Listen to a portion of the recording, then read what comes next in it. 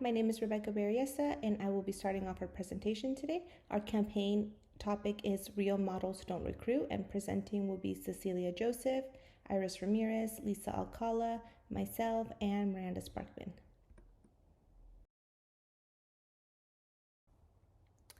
As we know, human trafficking involves force, fraud, or coercion to exploit individuals for labor or for sex. Traffickers are increasingly targeting teenagers online through social media platforms such as Facebook, Snapchat, TikTok, and Instagram. They use fake modeling agencies to recruit their victims. These teenagers are promised money, fame, large followings on their social media platforms. The teenagers that are most vulnerable to these recruitment tactics are those that are seeking validation, attention, or just an opportunity to increase their following, and of course, money. The campaign that we are focusing on raises awareness about how fake modeling recruitment can occur and how to recognize the flags early on. The campaign is not only for the teenagers themselves, but it's also for the parents to be on the lookout of what flags to be cautious of. Although research is still emerging on how fraudulent modeling agencies are used to coerce adolescents into trafficking, there is clear evidence about the role social media plays in online exploitation. Traffickers increasingly rely on social media because it provides easy access to potential victims while allowing them to remain largely invisible. Platform algorithms can also heighten vulnerability by pushing targeted content towards teens who may already be at risk. Current research indicates that adolescents with a history of trauma, family instability, or economic stressors face the highest risk of being trafficked. Studies also suggest that increasing digital transparency and strengthening online regulations are key steps toward protecting individuals from exploitation. Before we dive deeper, I want to start by explaining the foundation of our entire campaign. The way we intentionally chose to reach teens and interrupt recruitment. When we designed this campaign, our strategy centered around meeting teens exactly where exploitation often begins, and that's online. Traffickers rarely approach youth in obvious ways anymore. Instead, they use friendly messages, compliments, likes, or opportunities that seem harmless. So our campaign intentionally uses the same digital spaces that includes Instagram, TikTok, Snapchat, but with the opposite goal. And the goal here is to interrupt grooming before it happens. The messaging is simple and direct, so teens recognize when something doesn't feel right.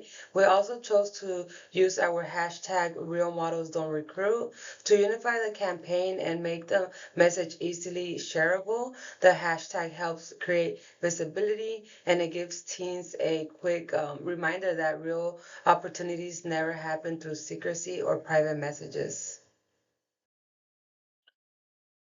Now that I covered the overall approach, this part explains exactly who we designed the campaign for and why each audience matters. This slide breaks down how we tailored our campaign to the groups who need it most.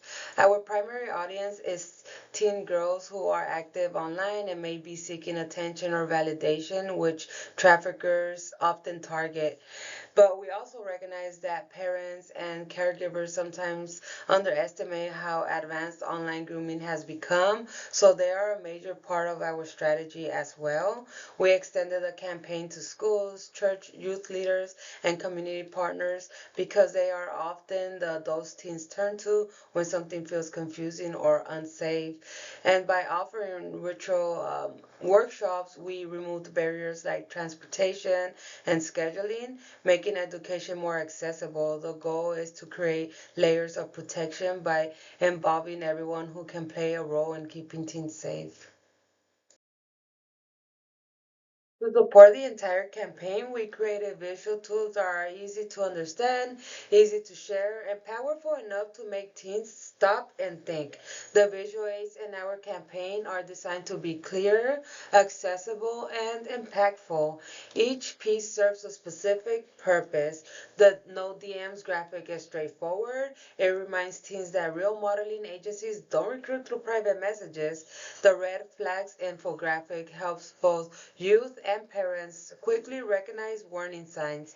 We also included tools to measure change, such as a pre and post survey to assess whether participants better understand grooming behaviors, and also a feedback form that helps us improve future workshops. The workshop flyer promotes our educational session, and the engagement metrics graphic shows how far our message is spreading online. Altogether, these visuals allow the campaign to reach teens in familiar formats and to reinforce safety in multiple ways. So, our evidence based interventions will focus on the psychoeducation, digital literacy, coping skills, and early recognition of grooming. These will be promoted through virtual workshops to teach the adolescents and stakeholders and parents how to detect manipulation and unsafe offers online. These interventions will incorporate cognitive behavioral therapy or CBT principles to help the adolescent girls challenge negative automatic thoughts that they have in order to build their confidence and set healthy boundaries, therefore decreasing their vulnerability to exploitation and increasing their self-worth. It'll act as sort of a prevention strategy. And caregivers and stakeholders will learn how to monitor and respond to these red flags, and also will be armed with the CBT inspired knowledge to take to their own communities and spaces where adolescent girls frequent so that they can also promote prevention in those spaces as well. When it comes to specific community collaboration, the issue of human trafficking via fraudulent modeling agencies is one that is a complex and cross-sectional problem, requiring a complex solution. For this campaign to be successful, it must include not only the promotion of awareness to vulnerable populations, but also input from survivors, endorsements from reputable agencies and influencers, a clear pathway for reporting, and contact points for law enforcement involvement and NGOs.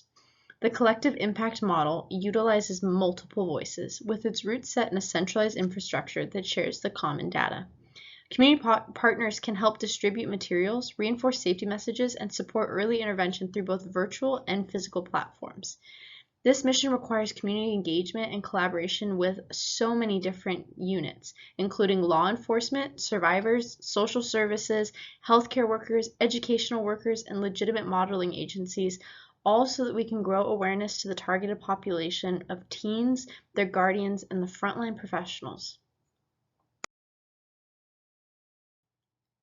Specifically for church engagement, our exposure of this topic in the church community, specifically talking only about the Christian church community, would begin with meetings with leadership simply to express the extent to which this topic pervades throughout biblical material.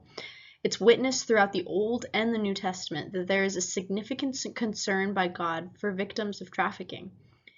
We've started by highlighting this for Christian communities in the points of our pathway here to engagement, specifically starting with highlighting the biblical themes, as I previously stated, educating the church leaders on trafficking and how it begins online, not just on the streets, equipping teams within the church members in their way of being involved with the movement, encouraging integrating prevention messages into youth groups, family ministries, and church media, and educating them on how to provide guidance on supporting survivors with compassion and informed responses.